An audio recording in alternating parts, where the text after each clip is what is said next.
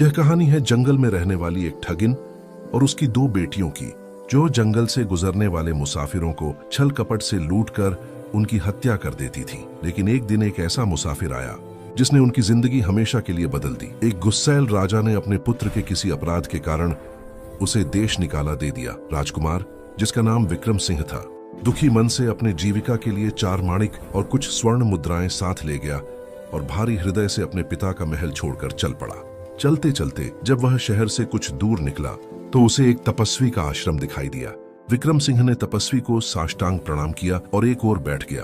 तपस्वी ने उसकी उदास मुखमुद्रा और शरीर पर कीमती वस्त्र देखकर पूछा, बेटा तुम कौन हो और यहाँ कैसे आए?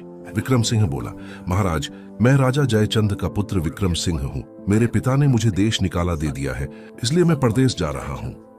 रास्ते में आपका आश्रम दिखा तो सोचा आपके दर्शन कर लूं। तपस्वी ने विक्रम सिंह की बात सुनकर कहा, वत्स, तुम नेक दिल इंसान मालूम पड़ते हो। परदेश जा रहे हो, इसलिए मैं तुम्हें 4 बातें बताता हूँ जो तुम्हें हमेशा याद रखनी है। ये तुम्हारे बहुत काम आएंगी। पहली बात, परदेश में 1 से भले 2 होते हैं। दूसरी, परदेश में किसी और के हाथ का बना खाना मत खाना।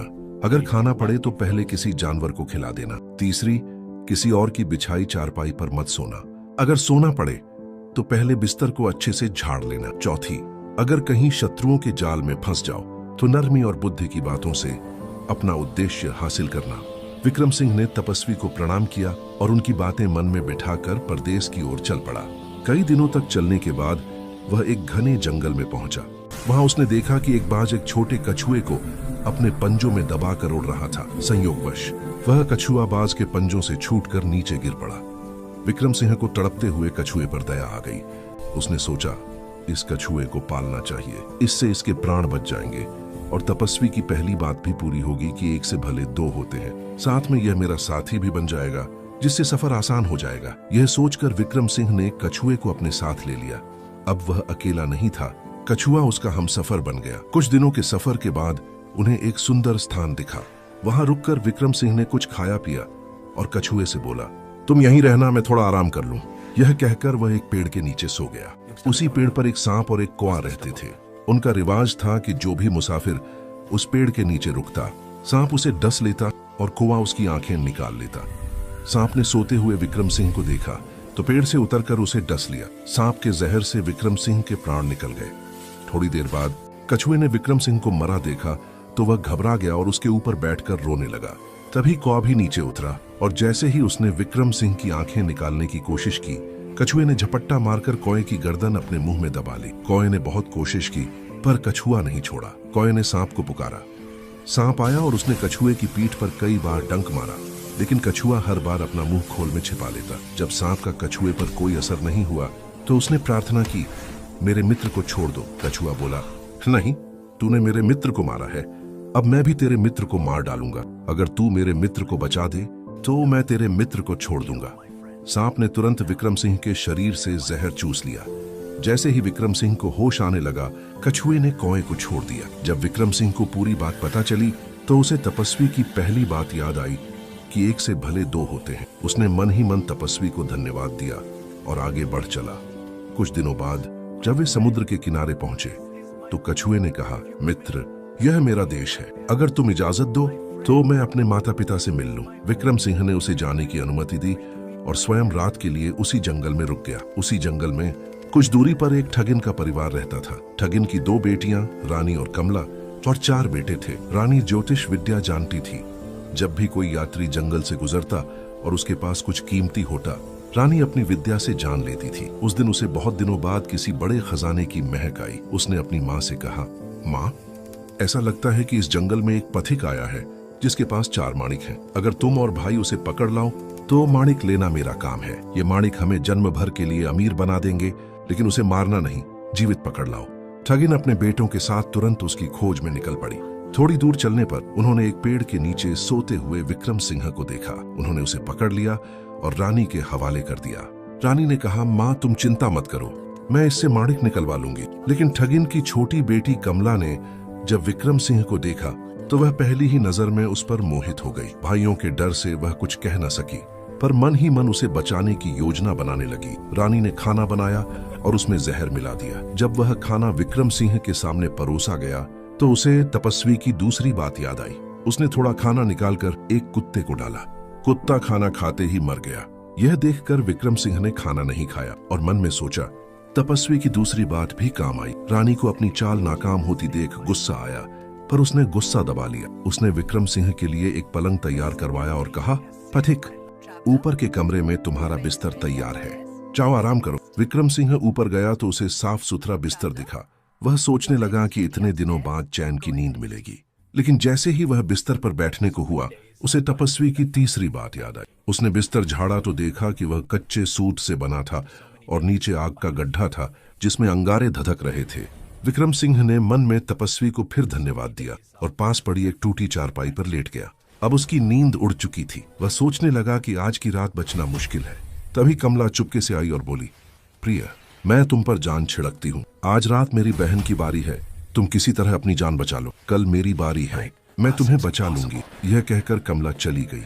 जब रानी ऊपर आई और विक्रम सिंह को सही सलामत देखा तो उसका गुस्सा फट पड़ा। उसने कटार निकालकर कहा, पथिक, या तो अपने 4 माणिक मुझे दे दे, वरना मैं तुझे मार डालूंगी। विक्रम सिंह को तपस्वी की चौथी बात याद आई। उसने नरमी से कहा, मेरे पास माणिक नहीं है। अगर तू मुझे मार देगी तो बाद में पछताएगी, जैसे एक सौदागर अपने घोड़े को मारकर पछताया था। रानी गुस्से में बोली, कौन सौदागर? कौन सा घोड़ा? क्या बकवास कर रहे हो? विक्रम सिंह बोला, सुनो, एक सौदागर था जिसने एक घोड़ा पाला था। वह घोड़ा बहुत समझदार था। सौदागर उसे अपने बेटे से भी ज्यादा प्यार करता था। एक बार एक भयंकर बीमारी ने सौदागर का सब कुछ छीन लिया। वह अपने घोड़े को लेकर एक सेठ के पास गया और उसे 10,000 रुपए के बदले घोड़ा गिरवी रखने को कहा। सेठ ने पहले मना किया, पर फिर उसने घोड़ा रख लिया और सौदागर को रुपये दे दिए। एक रात सेठ के घर डाकू घुसे। घोड़ा सब देख रहा था। उसने सोचा, अगर मैं चीखूंगा तो डाकू सेठ के परिवार को मार डालेंगे। वह चुप रहा और डाकुओं के पीछे पीछे चल पड़ा। डाकुओं ने सेठ का सारा धन एक तालाब में छिपा दिया। घोड़ा यह सब देखकर वापस लौट आया। सुबह सेठ को चोरी का पता चला। वह रोने लगा और घोड़े को नम कह राम कहने लगा। तभी घोड़ा सेठ का कपड़ा मुंह से खींचने लगा। एक समझदार व्यक्ति ने कहा, यह घोड़ा कुछ बताना चाहता है। सब घोड़े के पीछे चल पड़े। घोड़ा उन्हें तालाब तक ले गया और चोरी का धन बरामद करवाया। सेठ ने सौदागर को चिट्ठी लिखी, तुम्हारे घोड़े ने मेरे 10,000 रुपए बचा लिए, मैं इसे वापस भेज रहा हूँ। अगर तुम्हें और धन चाहिए तो आ जाना। जब घोड़ा सौदागर के पास पहुंचा तो सौदागर गुस्से में आगा बबूला हो गया। उसने सोचा कि घोड़ा सेठ के पास से भाग आया और उसकी बेइज्जती करवाई। गुस्से में उसने घोड़े को गोली मार दी। बाद में जब उसने चिट्ठी पढ़ी तो वह फूट फूट कर रोया। पर अब क्या हो सकता था? यह कहानी सुनाकर विक्रम सिंह ने कहा, एक और कहानी सुनो। एक राजा के पास एक चतुर मैना थी। एक दिन राजा उसे गंगा स्नान के लिए ले गया।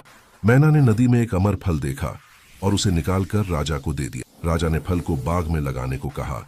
पेड़ फला फूला, पर एक फल सांप ने सूंघ लिया, जिससे वह जहरीला हो गया। माली वह फल राजा को लाया। राजा ने उसे पहले कुत्ते को खिलाया। कुत्ता मर गया। गुस्से में राजा ने मैना को मार डाला। बाद में एक बूढ़ी औरत ने उसी पेड़ का फल खाया और जवान हो गई।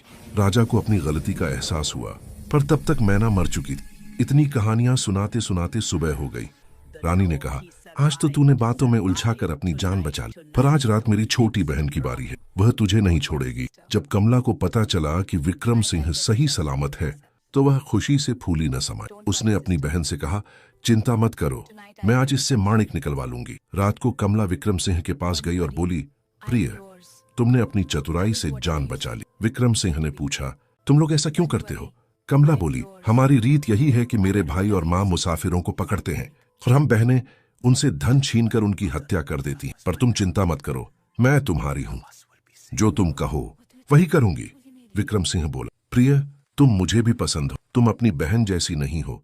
मेरे पास जो कुछ है वह तुम्हें बता देता हूँ। मेरे 4 माणिक मेरी जांघ में सिल रखे हैं, अगर तुम चाहो तो निकाल लो। कमला बोली, प्रिय, मुझे तुम्हारे माणिक नहीं चाहिए, मैं तो तुम्हारी दासी हूँ।